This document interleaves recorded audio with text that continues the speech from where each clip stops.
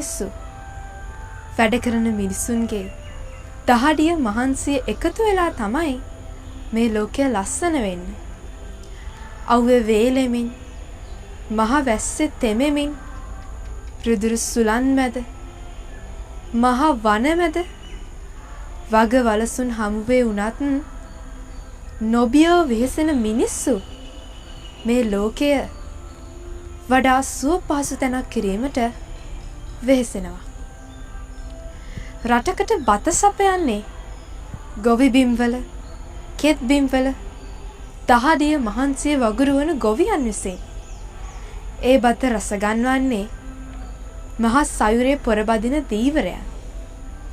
කම්හල්වල වැඩබිම්වල කායික ශ්‍රමය දිය කරන්නන් වගේම පරිගණක තිර ඉදිරියේ පොතපත ඉදිරියේ තමන්ගේ බුද්ධිමය ශ්‍රමය දිය කරන්නන් මේ වැඩ කරන ප්‍රජාවට අයත් වෙනවා. රටක ඉදිරි ගමනේදී මේ සියලු දෙනාගේම ඒකාකාරී කැපවීම අත්‍යවශ්‍යයි. නිමා කරනු මිස යුතුයකම් තමා අත පමාවට කරුණු මට වුවමනා නැත යනුවෙන් පැරණි උපදේශ සාහිත්‍යයේ සඳහන් වෙන්නේ නිවැරදිව කැපවීමෙන් තමාට පැවරුණු වගකීම අවසන් කරන ආකාරය පිළිබඳවයි. ඉතින් සිත කය වචනය සංවර කරගෙන නිවන් දකින්නා වගේම සිත කය වචනය වෙහෙසවා දියුණුව කරා යාමත් අනිවාර්යෙන්ම කළ යුතුයි. එසේනම් අප මේ කියවා බලන්නට සැරසෙන්නේ සිත කය වචනය මෙහෙවා දියුණුව කරා අප රැගෙන යන ඔවුන්ගේ කතාව.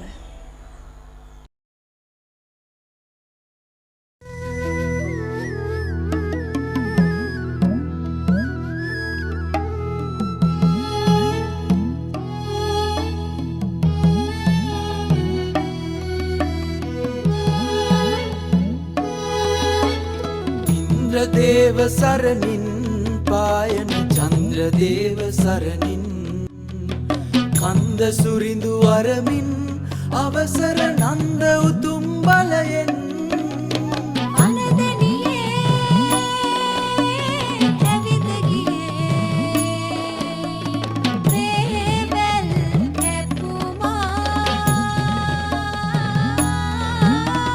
වින්ද දුකක් නොදැනේ කළ සඳ මේක රටා මනරම් මන්ද තවත් උපමා කියන රේවැල කළ විස්කම්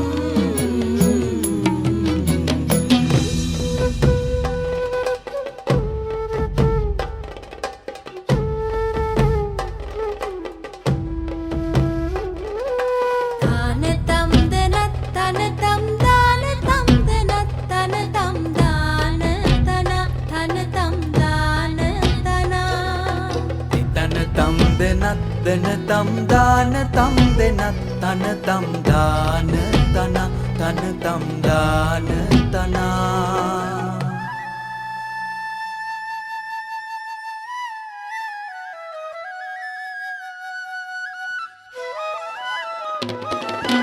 නන්දු ඇවිත් කුළු හරඹෙට සින්දු කිය කියා නැටුමට රුසිරු මනා නැටුමට රුසිරු මනා හසින් ලන්දු පෙළට ලන්ද දිගේයයි හනිකට ඇඹූල තනා හනිකට ඇඹූල තනා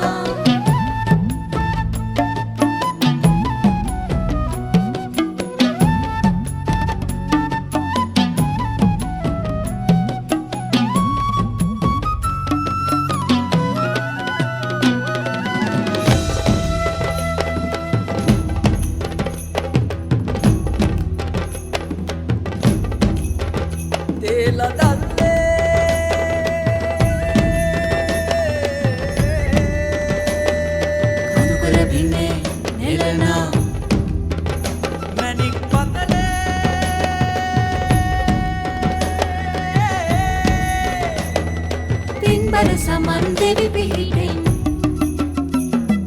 කඳුකර බිමේ නෙලනා තේ ලදල්ලේ මිනිසුන් දහදිය වෙලා කූඩයටයි එකතු කළේ ඉන්සරායට තෝරා දෙන මැණික් ගලේ සුන්දර කූඩ දැනුවෙත් අරුම වේවැලේ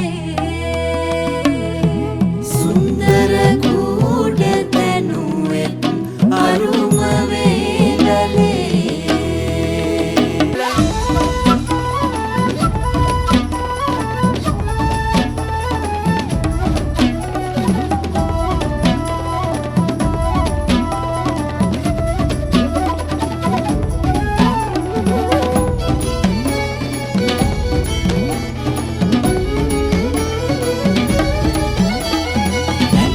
යසට හුරු බුහුටි ලෙසින් හැඩමවනා හැපෙන ලෙසට මනහාරරුවින් වැඩ සදනා බුදුම හිතන විසිතුරු දේ මවනා හැටි කතිමා